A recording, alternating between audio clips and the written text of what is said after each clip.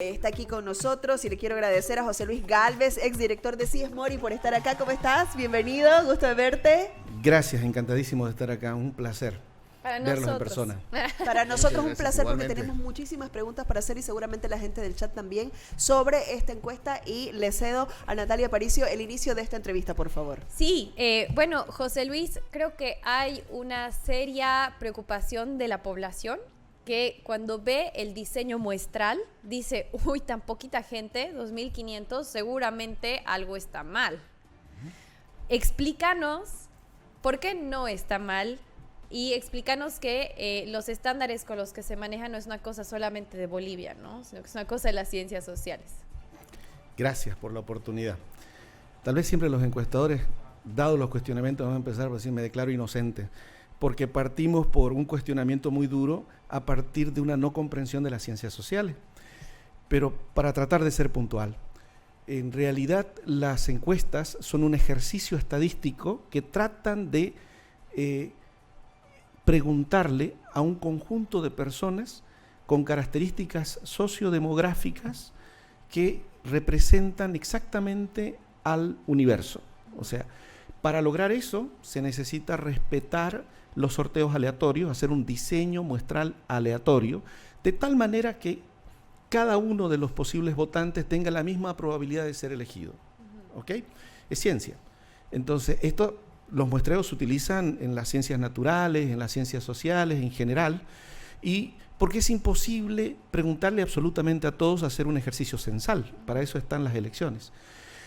Por lo tanto, en la medida en que una encuesta tiene un diseño probabilístico, en los distintos pasos ha sorteado y ha respetado esa aleatoriedad y ha llegado a buscar garantizar que cada uno de los votantes tiene la misma probabilidad de ser elegido, podemos decir que en general un tamaño muestral pequeño puede representar a un universo gigantesco.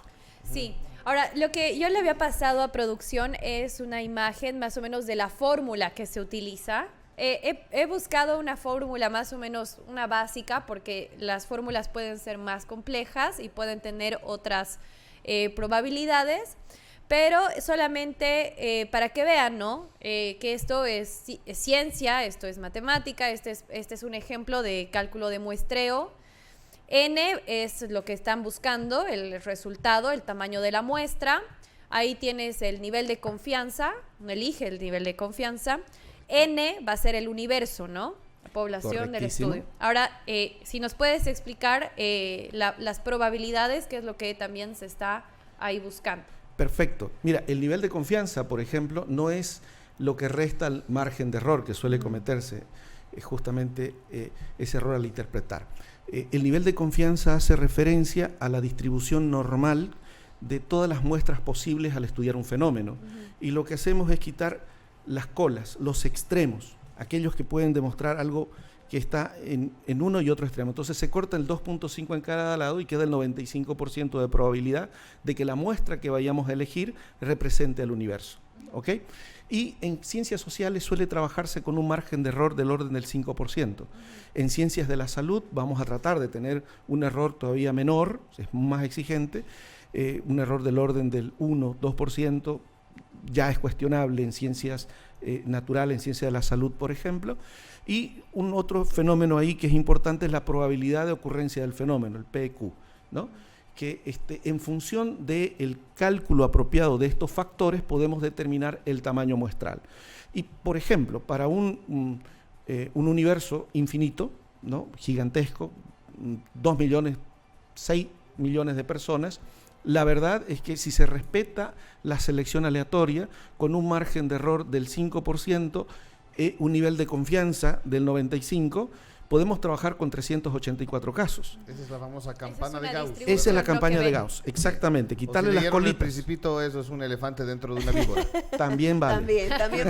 También vale. José Luis, yo tengo una pregunta que fue muy recurrente en el chat el día de ayer. Es que las personas decían, o sea, la muestra era de 2.500 personas. ¿Cómo podemos confiar en una muestra de solo 2.500 personas? Justamente por las probabilidades. para elegir esas 2.500 personas. Y para esto vamos a ver la ficha técnica, por favor, pero síguenos explicando. Ok. Esperen, en el chat se están confundiendo porque están diciendo, tú eres exdirector de CIES Mori, él es exdirector de Sí. CIES Mori, no es el actual, entonces no puede responder preguntas específicas, digamos, de esta encuesta, pero sí nos puede explicar la ficha técnica. Ayrton Uriarte Solo eso. dice, no entiendo nada. ¿Me permiten una explicación bien coloquial? Toda ciencia social tiene su fórmula para poder sacar ese número. Entonces, lo único que necesitas es buscar llenar esas variables y llenarle por un numerito que te permita acortar la incertidumbre y concentrarte en esa campanita de Gauss donde está toda la data, ¿no? Entonces, una vez que llenas tus numeritos en la fórmula, multiplicas, sacas, divides y ya está. Te sale cuánta gente tienes que encuestar, dependiendo de qué tan grande es toda la gente a la que tienes que preguntar. Mírenlo, Espero que se haya nada entendido, ¿no? más aquí el tío Osorio. Aprobé, doctor. Aprobé. Gracias, puedo ser contratado al año. En CIES Mori. Ay, qué Gracias. chistoso. Ya, ahora sí. Preguntábamos respecto a la posibilidad de que esos 2.500 casos puedan estar representando a los demás 7.3 millones de votantes. Sí, ¿cierto? ¿por qué es representativa? Bueno, porque las 2.500 personas fueron elegidas en función de unos 5 pasos, por lo que entiendo en la ficha técnica, que es un diseño probabilístico polietápico de varios pasos, y en cada paso Estratificado además, ¿no? Sí, estratificado, y que en general se respete el sorteo, ¿no? Entiendo que el primer paso, no he hecho el diseño muestral de este estudio, pero puede ser, ok, vamos a sortear los municipios, podemos sortear luego los distritos, y luego de los distritos sorteamos las unidades primarias de muestreo, y luego los manzanos, y luego de los manzanos los hogares.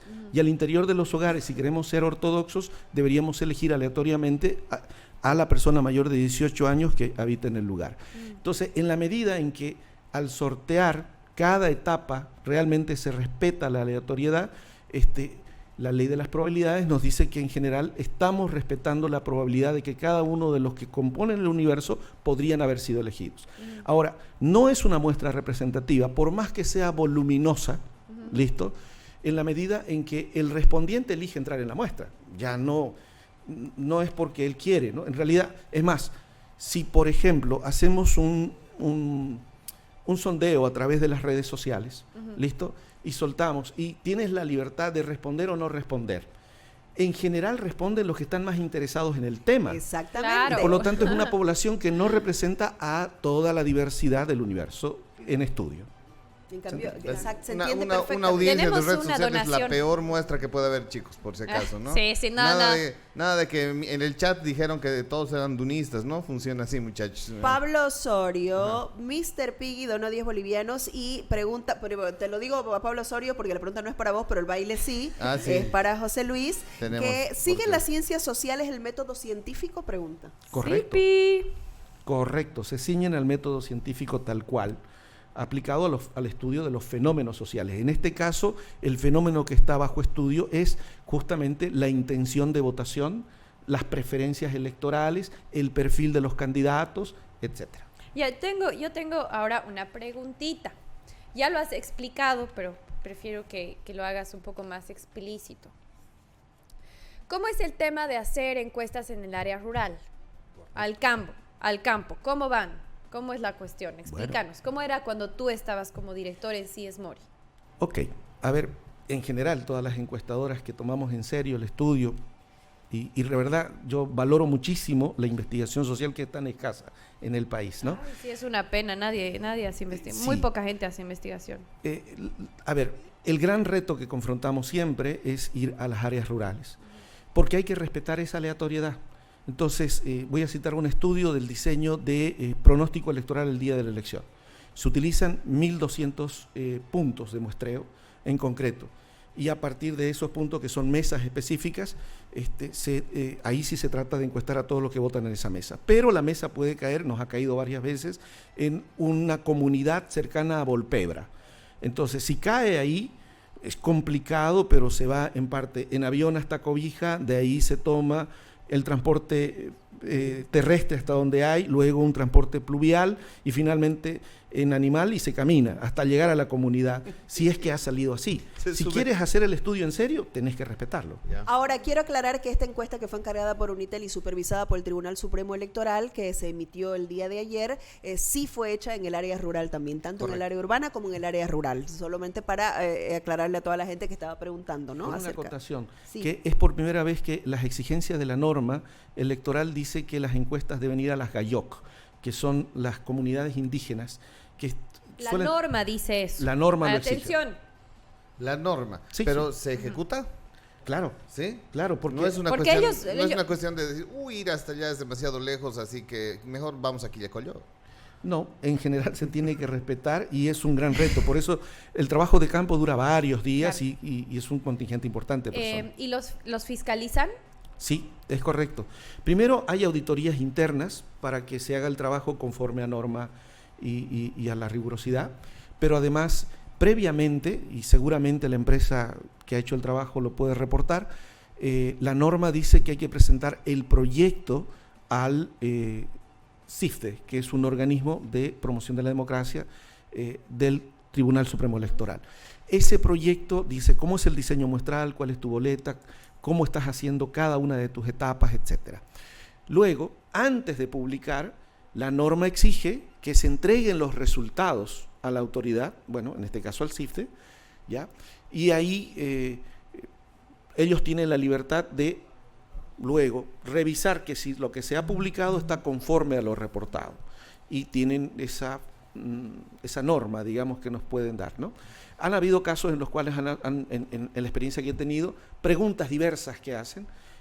Cierto que hay capacidades técnicas específicas que a veces uno quisiera dialogar mejor con el CIFDE, pero este año entiendo que está más fortalecido. Perdón, ¿Sí? perdón, Mira. yo tengo una duda interesante. ¿Es posible encontrar o hacen alguna especie de memoria o reporte del trabajo de campo? Porque Correcto. en estas situaciones deben haber cosas demasiado curiosas, como por ejemplo el de tener que ir en helicóptero, en canoa, en lomo de mula preñada para que la cría termine el viaje y al final tener que llegar a una comunidad que solo te habla guaraní. Y se preparan para hacer todo eso. Entonces debe haber una memoria así súper interesante para poder revisar y cómo esto te eleva los costos, ¿no? en una encuesta. ¿Por qué son tan caras? Exactamente por eso son caras. Entiendo que para este estudio, según lo que escuchaba, se han movilizado a más de 130 personas en un periodo de días específico. Sí, y sí hay memorias de ese orden, ¿no? Más, por ejemplo, en los proyectos de pronóstico electoral el día de la elección, de ese contingente de 1.200 personas, se lleva una bitácora de cada uno de los equipos que van movilizándose, y porque además podés incidir en el sesgo de respuesta. ¿Y esto es abierto al público o se tiene que pagar por acceder a esa información? No, en general es parte de las normas internas Ajá. que se tienen para supervisar el trabajo apropiadamente. Porque el hecho de que tú has elegido una determinada comunidad y tienes que encuestar ahí y no te responden, la no respuesta puede tener incidencias de sesgos en la representación. Entonces todos esos elementos se calculan internamente también. Ahora, el CIFDE sí pide información al respecto, no tan detallada, pero sí, hoy por hoy se reporta. Súper, Bien, gracias. súper. A ver. Hablemos un poquito de los resultados. Hay una pregunta que estaban haciendo acá. Luis Marcelo Vázquez dijo, ¿cuánto se gastó y quién pagó la encuesta? La encuesta fue encargada por la Red Unitel. La Red Unitel financió esta encuesta para conocer el resultado, la primera intención de voto de acuerdo a este inicio de la etapa electoral. Súper. Veamos un poquito de los resultados, por favor, y quiero que lo hablemos con José Luis, pero esta vez por rango de edad. ¿Podemos ponernos Sí. en los generales por Bolivia, ¿no? ¿El nacional? Sí, veamos los resultados. Este es el resultado que mostramos anoche, Sí. a primera hora después de las 9 de la noche, unos minutitos después. Esta primera encuesta nacional electoral que daba a Samuel Doria Medina a nivel nacional en primer lugar con 19,1%, a Tuto Quiroga en segundo lugar con 18,4%, a Andrónico Rodríguez con 14,2%, a Manfred Reyes Villa con 7,9%, a Rodrigo Paz con 4,3% en primera línea de encuesta. En segunda línea de encuesta, Johnny Fernández 3,7%, Eduardo del Castillo con 2,3%, Eva Copa con 1,7%, Félix Tapia con 1,0% y el candidato de ADN, Paulo, con 0,5%. Pablo. Total, era casi como 27% el voto residual hace poco, que cuando vimos ayer. ¿Por qué tanto? ¿Por qué la gente no quiere? Es un no quiero responder, estoy enojado, no me da miedo, me asusta. Ustedes me putan, no sé. ¿Qué es lo que pasa que la gente responde así? Hay de todo, Ajá. hay de todo, pero se explica esencialmente porque hay que entender que el proceso electoral es eso, un proceso de maduración de las decisiones de la población. Y por eso es importante que esté bien informada, ¿no? Uh-huh. Entonces, es relativamente normal en unas primeras encuestas encontrar variables residuales tales, está un poco elevado, y esto se debe particularmente porque estamos, ya vamos a lo político, en un cambio de ciclo político, donde hay mayor incertidumbre. Esta elección se parece a la elección del 2002, del 2005, o las que correspondían al cambio de ciclo político. Hay muchos acá que dicen que se parece, y es más, lo achacan así, dicen cosas como, ve, siempre salen mal, siempre se equivocan. No es que tanto se equivocan, sino que la gente que no responde se queda escondida ahí esos votos y luego, sorpresa, aparecen en un candidato. Bueno, en el marco de la honestidad hay que decir que este es un acercamiento muestral. Y pero se reconoce claro, un margen de error estadístico, y a eso hay que añadirle error no muestral, que tiene que ver con la rigurosidad con la que se aplica, ¿sí? Ese es un marco de honestidad. y además, por otro lado, el contexto en el que se hacen las encuestas varía muchísimo. Entonces, lo que hay que entender de las encuestas es que son un reflejo de ese momento de la realidad. Porque sabemos que la realidad es dinámica, se mueve todo el tiempo, mucho más en la era de las redes sociales en las que vivimos ahora, donde todas las noticias son más rápidas, el contexto, las percepciones cambian muchísimo más, la gente está ahí atenta al algoritmo. Entonces, cuando tenemos este tipo de encuestas, lo que tenemos en realidad es una fotografía de una realidad específica. En el caso de esta encuesta, teníamos una fotografía del 20 al 26 de mayo. Entonces, eso también es fundamental entender. No es que es un oráculo, ¿no ve? Las encuestas. Totalmente de acuerdo. De hecho, las encuestas son un instrumento para ver la realidad, pero no deberían ser juzgadas en función de su capacidad de pronóstico. Claro. ¿No? Porque justamente aún la última encuesta va a tener una distancia hasta el día de la elección. Hay una veda de una semana y el trabajo de campo nos toma otras 2 semanas. Estamos a distancia del momento de la elección. Y además se comete un error típico, que es tomar justamente la distribución de los votos emitidos, donde está el blanco, nulo, no contesta, y contrastarlo con los resultados finales, que son votos válidos, donde ya no hay blanco, nulo, sino se reporcentualiza. Y dicen, la distancia fue inmensa. No es justo del todo, ¿no?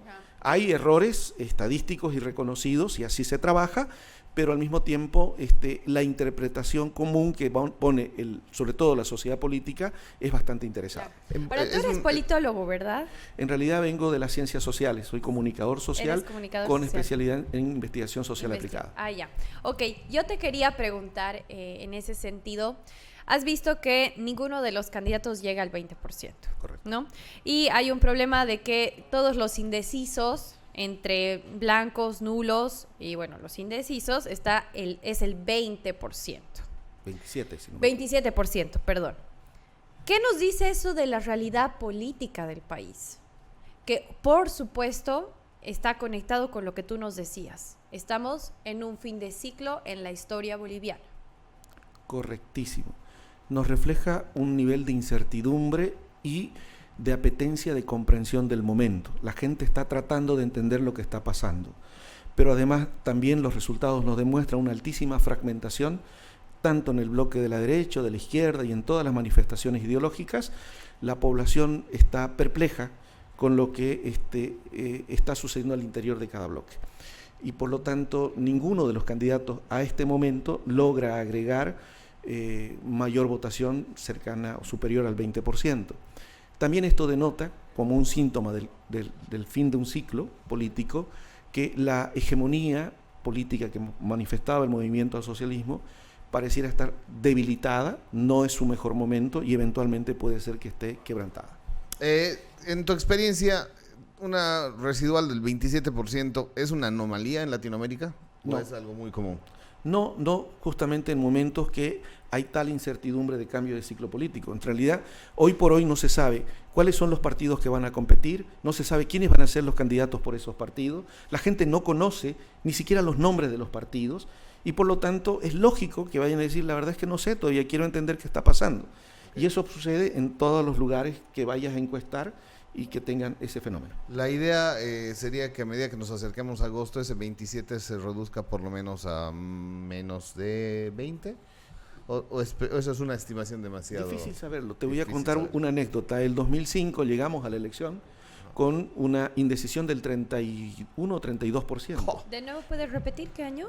El 2005. 2005. Sí, porque era muy difícil para la gente entender lo que estaba pasando, tomar decisión, y muchos de ellos en la encuesta post-electoral encontramos que nos decían, yo tomé la decisión en el ánfora, recién ahí Exacto, tuve que exacto, decidir. sí. Quizás ahí es un momento recordar la anécdota del embajador Rocha. Sus Claro, declaraciones se dieron a semanas, ¿no? el 2002 fue eso. Ah, eso fue el 2002. Ay, qué trucho Ahora, que se- Pero eso incidió en los resultados. igualmente, ¿no? Claro que sí. Claro. Ahora, José Luis, viendo los resultados que mostramos a nivel nacional, la diferencia entre el primero y el segundo, Samuel Doria Medina y Tuto Quiroga a nivel nacional, es la verdad que muy, muy cortita, ¿no? Entre Tuto y Samuel es menor al margen de error. ¿Esto qué significa? Bueno, significa que hay un altísimo grado de competitividad y que estadísticamente es difícil decir realmente quién tiene una victoria sobre el otro, ¿no? De hecho, creo que parte de estos resultados nos muestra que sería un error que alguien cante victoria a estas instancias de la elección. No, por supuesto. Todavía falta mucho camino por recorrer. Correcto. Ahora, no sé si podríamos poner ahora sí por edades. Sí, los... justamente sobre eso les quería decir que la encuesta es mucho más larga de lo que se resume para mostrar en televisión. Entonces, esto que le vamos a mostrar es exclusivo, no salió anoche en Así Decidimos, lo tenemos solamente para POF ahora, así que aprovechen este contenido y les quiero agradecer muchísimo por, vamos a mostrar esto que es por rango de desagregados por edad a nivel nacional. Imágenes exclusivas, señoras y señores. Primero, de 18 a 28 años de edad. Pero para no estar, digamos, leyendo todos los porcentajes, pasemos rápidamente, quédense con esta imagen, pasemos al 29 a 44 años. Hay que leer completos. Sí, vamos, les quiero explicar un poquito para toda la gente. Dice también que es por ley que hay que leer completos. Ah, sí. Estamos obligados a... Obligados. Lo que pasa es que hay Sí, una, señoras, música de- señores, hay Ya está una bien, estamos ley perdiendo electoral. tiempo, ¿Saben apoyémonos. qué? Les voy a pedir, por favor, que me hagan caso, Ya, no se porque puede. hay una ley electoral Ah, y ya. tenemos que respetar. Podemos poner música aburrida, algo así Entonces, como poropopom. No es aburrido, a mí me interesa saber los datos, pero sí hay una ley electoral donde al difundir encuestas hay que leerlas. Así que tenemos el primer cuadro entonces es por rango de edad de 18 a 28 años. Gracias, y ahí está. producción. Mira, Samuel Doria Medina con el 21%, Jorge Tuto Quiroga con el 18,42%, Andrónico Rodríguez con el 15,21%, Manfred Reyes Villa con el 9,11% y Rodrigo Paz Pereira, espérame un segundo. No, Johnny Fernández. 4.02. Sí, Johnny Fernández con 4.6 Ajá. en primera línea de encuesta. En segunda línea de encuesta, Rodrigo Paz Pereira con 4.02, Eduardo del Castillo con 1.91, tenemos a Fidel Tapia con 0.94, Paulo Rodríguez con 1.24 y el voto blanco 4.85 el Te blanco. faltó Eva, creo, ¿no? 1,10. 1,10, sí, Eva. Evita, copa, Eva. para Y que no Fidel, se nos- que por si acaso Fidel es de NGP. Ese es nuestro Jaime Du. Él es el que... Es El que está inscrito. Es el que le está cuidando su silla. Ahora, Don claro, Fidel Tapia es el que está inscrito por claro, Jaime Du. justo a Mateo TDC dice, dentro de las opciones en la encuesta estaba Jaime Dun, justamente porque la ley es tan rígida y lo que nos decía, tenemos el Sistema Integral de Fortalecimiento Democrático, CIFDE, que depende del órgano electoral plurinacional, solamente les ha permitido a las encuestadoras poner solamente a los candidatos, a las personas que son candidatos que han sido inscritas legalmente. Por eso el señor Fidel Tapia está ahí. Ajá, la candidatura de Jaime Dun está en trámite, no está legalmente inscrita. No es el mismo caso de Andrónico, porque Andrónico Rodríguez sí llegó a registrar su binomio en el plazo en el Tribunal Supremo Electoral, por eso es que figura ahí.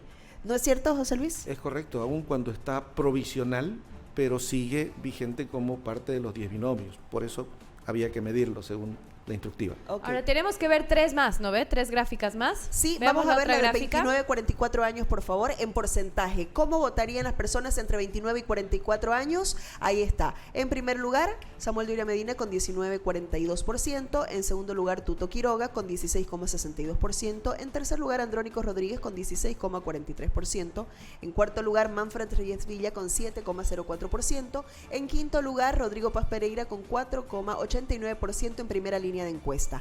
En el lugar número 6, Johnny Fernández con 3,98%, luego Fidel Tapia con 1,9%, Eduardo del Castillo con 1,63%, Eva Copa con 1,43% y tenemos también a Paulo Rodríguez con 0,33%. Así votarían las personas entre 29 y 44 años según esta encuesta. Las variables residuales crecen, ¿no? Sí. Sí, pero hasta ahora los que hemos visto de 18 a 28 años y de 29 a 44 años hay una misma tendencia. Sí. Sí, En sí, todos. se En parece. primer lugar, Samuel Tuto. Segundo, Andrónico Rodríguez. Tercero. La Es decir, misma tendencia. Nada. Entre jovencitos y ya primera edad de Adultez. de adultez, esta gente que entra a la fuerza laboral. De hecho, por los cortes etarios que estoy viendo, el primer corte corresponde a los centennials y el segundo a los millennials. Exactamente. Esta es los millennials, esa gente Centennials chévere. y Entonces, Millennials. millennials y centennials, Más o menos lo mismo. parecido. O sea, tienen la misma tendencia. Veamos el siguiente cuadro, por favor. De 45 a 60 años, ¿cómo votaría la gente según este rango de edad? Samuel Doria Medina, 19,95%, Tuto Quiroga, 18,73%, Andrónico Rodríguez, 10,69%, Manfred Reyes Villa, 8,31%, Rodrigo Paz Pereira, 3,99%, esto en primera línea encuesta. Más abajito, Johnny Fernández en el puesto 6 con 2,71%, Eva Copa con 2,08%, Eduardo del Castillo con 1,63%, Félix Tapia con 0,62% y tenemos a Paulo Rodríguez Folster con 0,14% y un voto nulo de 9,95%. Natalia. Sí, aquí sí hay una diferencia y resulta que la gente de 45 a 60 años es la mayor cantidad de porcentaje que conjuga blanco, nulo e indeciso. ¿Qué opinión te mereces? Esta es la generación X. Ajá, ¿no? estos son los mutantes, generaciones. Es correcto. Y es donde hay mayor incertidumbre. Eso es lo que nos está diciendo. Leopardo. Ajá. Mayor incertidumbre, ¿no? Y sí hay diferencias entre los centennials y los millennials. Estoy seguro que al mirarlo, no los conocía estos datos, pero al mirarlo vamos a encontrar que hay una leve correlación estadística, por ejemplo, en que cuanto... Estoy especulando, de lo que he visto y lo que me acuerdo, hay una diferencia en la votación por Andrónico.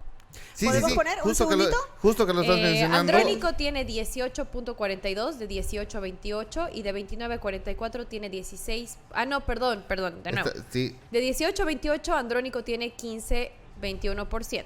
De 29 a 44 16.43. De 45 a 60 10.69. Correcto, ¿viste cómo baja en función Sí. de la edad? Esa es una correlación estadística en función de la variable edad. claro, los X ya no confían mucho en ese muchachito. Exactamente. Es muy joven para Ese dirigir un país. jovenzuelo. Claro, podría ser así esta interpretación de es muy joven Claro, para dirigir pero un país. miren cómo le va muy bien al capitán, como que repunta, ¿no? Porque para los X, en los millennials, Manfred saca 7,04, pero uno va donde los X y está con 8,31. Ahora, también hay otro dato que decías sobre el voto residual. Y resulta que de 18 a 28 años son los más decididos.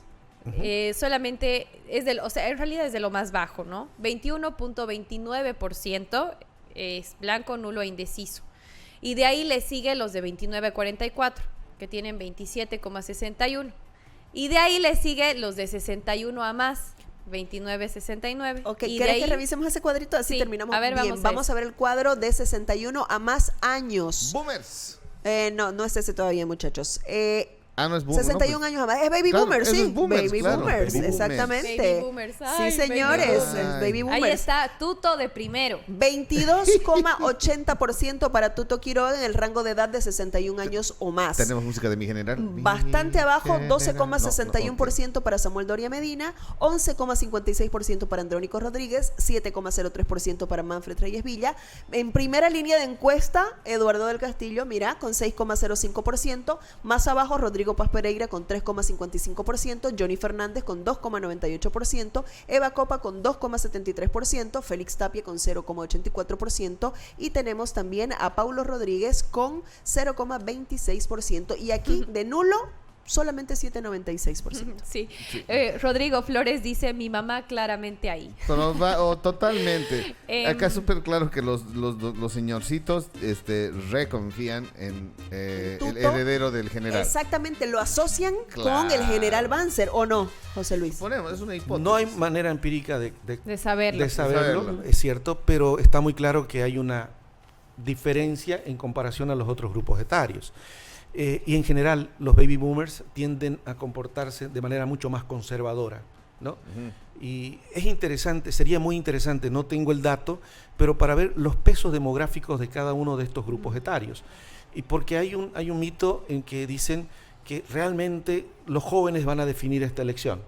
Y habrá que corroborarlo, porque el peso demográfico de la generación X sigue siendo bastante relevante y veo que tiene una opinión relativamente diferente y también sus dudas en las variables residuales. Cuando José Luis dice el peso de cada edad, se está refiriendo a cuántos dentro del universo tienen más gente, ¿no?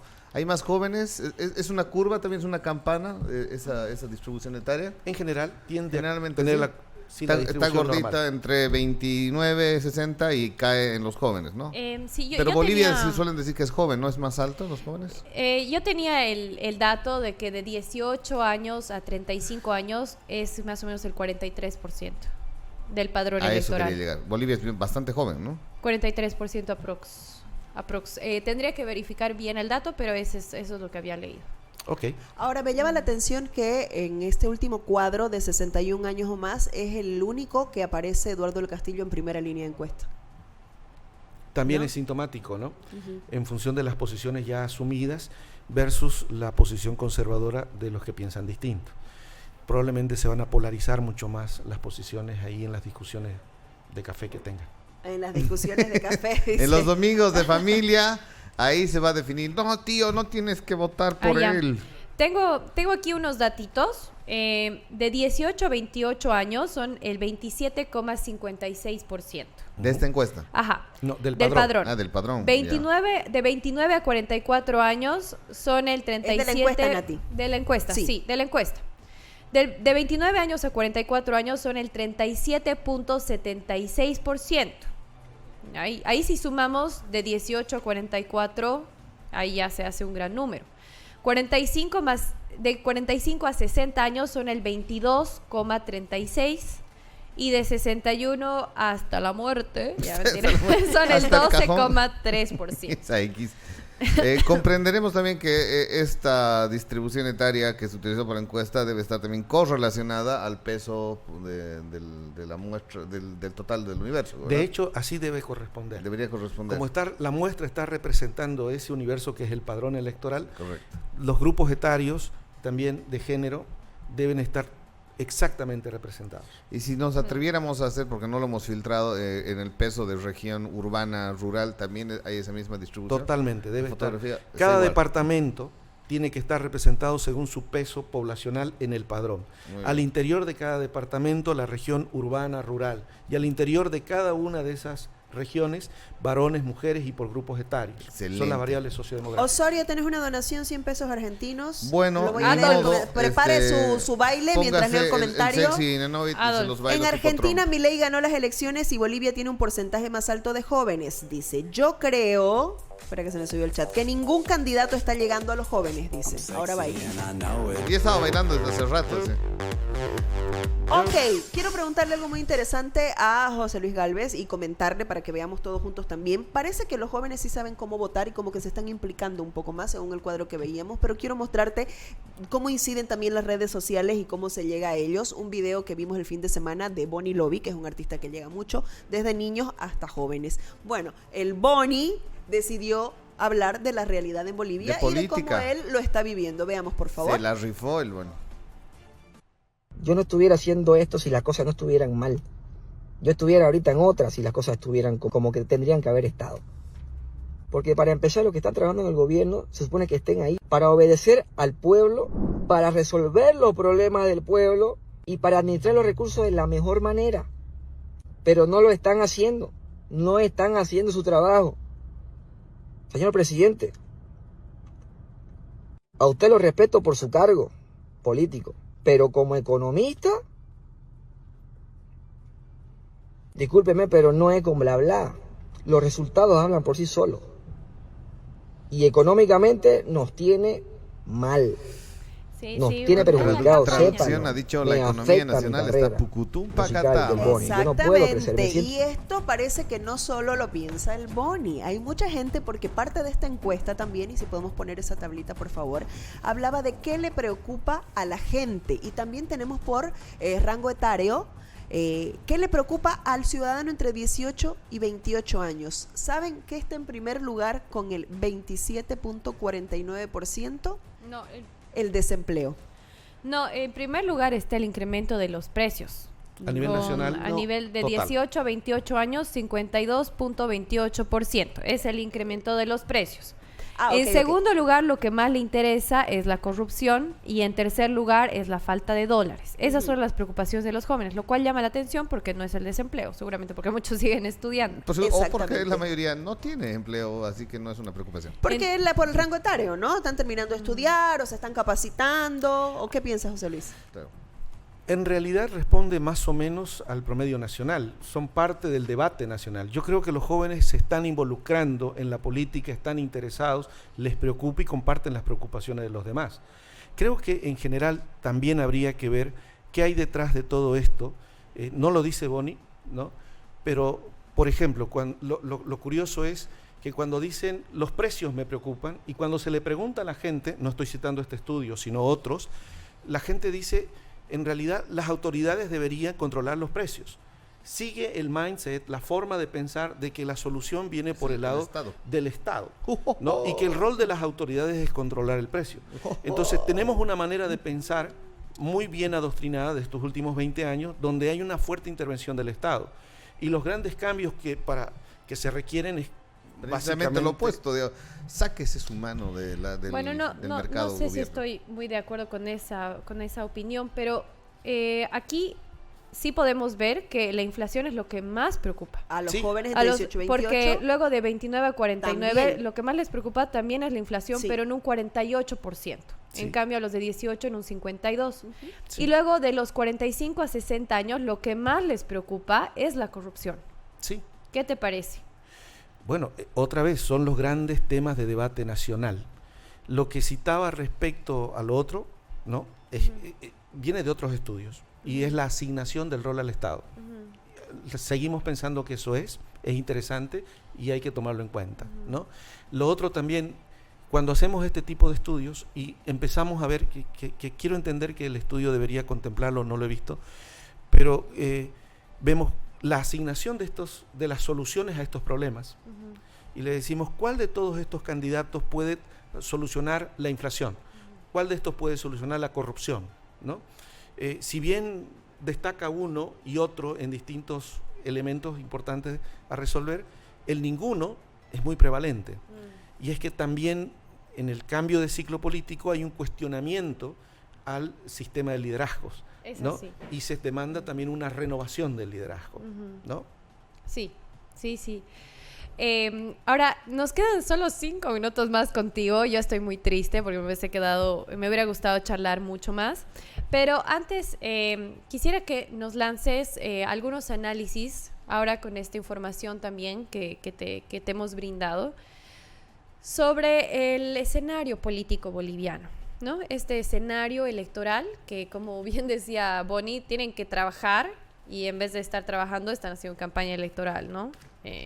Y igual todos los líderes políticos, en vez de sentarse a ver qué solución pueden darle al país, están también electoralizados. Entonces, a ver, ¿qué nos puedes decir? ¿Qué análisis nos puedes dar? Bueno, en general es cierto que todos vamos a estar ocupados por los resultados que nos dan para quién gana la elección, ¿no? Creo que es muy pertinente reconocer el momento que estamos viviendo. Y es un momento en el cual entra en cuestión el sistema político, el sistema de partidos, el sistema de representación política, y lo que nos dicen los estudios en general, más de este estudio, todos, es que hay una fuerte desconfianza para con la política, y que los que hoy por hoy la política ofrece no necesariamente representa a los distintos grupos etarios, regionales y demás. Por lo tanto, el reto que tienen los actores políticos es inmenso, ¿no? Y los peligros que confrontamos como país, dadas las preocupaciones de la gente, que son totalmente ciertas y legítimas, como la economía, los precios, la corrupción y todo lo demás, denotan justamente ese cuestionamiento al sistema. En mi comprensión, estamos afrontando una crisis sistémica y casi existencial en algún sentido, y deberíamos poner a los mejores hombres y mujeres en los cargos de decisión, y deberíamos conversar entre todos, más allá de las posiciones encontradas, porque el momento lo exige. Necesitamos encontrar soluciones consensuadas en lo posible, o al menos llegar a acuerdos mínimos que no vayan a destruir más ni los sistemas que nos da la democracia, que es las instituciones que están en cuestión, ¿no? Y la economía. Creo que eso que está detrás de la elección, que es muy importante y que todos deberíamos comprenderlo de mejor manera para tomar la decisión, la mejor decisión posible según nuestras preferencias, debería ser parte del análisis de fondo. Sí, ¿Estimas que estoy vaya a totalmente cambiar de acuerdo. mucho los resultados de esta encuesta hasta el final? Pueden cambiar potencialmente, ¿cierto? Porque justamente, a ver, Puede irnos peor. cuando se le pregunta a la gente, ¿usted tiene totalmente definido su voto? Lo que exponían ayer, solo el 32% del total de los respondientes dicen, sí, lo tengo totalmente definido. Ya. El resto dice, la verdad es que igual se le pregunta a la gente, ¿sí? ¿Tiene definido su voto? 32% sí lo tengo definido. Los demás dicen, no lo tengo tanto o no lo tengo nada definido. De todos modos, si este domingo fuera la elección, ¿por quién votaría? Bueno, si este domingo, entonces me inclino por pero lo puede cambiar. Y ahí viene el fenómeno de la migración del voto, el voto útil, y hay que distribuir gran parte de esos indecisos, de alguna forma van a votar. Para cerrar, una preguntita del chat a José Luis Gálvez con Daniel, alista tu baile porque donó $5 y dice, ¿cuál es la ventaja de un muestreo polietápico estratificado como este comparado con una encuesta digital en X, y qué subgrupos considera si es Mori? Dice. Interesante. A ver, en general, respetar el sorteo aleatorio en las etapas que fuesen, y cuanto menos etapas mejor, pero para tener una extensión tan amplia suelen requerirse 4 o 5 etapas. Justamente permiten el que se garantice que cada individuo tenga la misma probabilidad de ser elegido, ¿no es cierto? Y si realmente se respeta hasta la última etapa esa aleatoriedad, vamos a tener una muestra más representativa. Cuando nos vamos a las redes sociales, Una si bien, chacota. puede haber de todo, ¿no? Pero en general acuden a las cuotas. Entonces tomo un par de variables y formo las celdas, los clusters, y digo, necesito varones de 18 a 25 que vivan en tal lugar, etcétera, etcétera. Pero son cuotas gruesas y en general trato de captar los que caen en ese grupo. El gran problema tiene que ver con la selectividad. La diferencia entre una encuesta cara a cara y una que se hace de manera digital es justamente que en la encuesta cara a cara el investigador, siguiendo el procedimiento, elige al respondiente. En la otra, si no se hace bien el filtro y no se respetan también que hay sus propios procedimientos, suele incluirse a todo aquel que quiere responder y que me hace falta de mi cuota. Entonces esta muestra tiende a ser menos representativa. Puntualmente, las encuestas que están siendo digitales, que son muy útiles en general, tienden a tener un sesgo, ¿no? porque tienden también a tener mayor cantidad de respuestas en áreas urbanas, Bien. menos rurales. Claro. Bien, le quiero agradecer a José Luis Galvez, les cuento que los tenemos que despedir porque No. va a Telepaís Central, Se va. así que gracias porque está muy Muchas gracias requerido por haber para venido, las José Luis. entrevistas, pero un placer y esperamos tenerlo también más adelante cuando tengamos más dudas, porque siempre vamos a tener dudas. Gracias, José Luis Galvez. Sí, Gracias a ustedes, felicidades. Gracias. Gracias. Pop, desde todos los ángulos.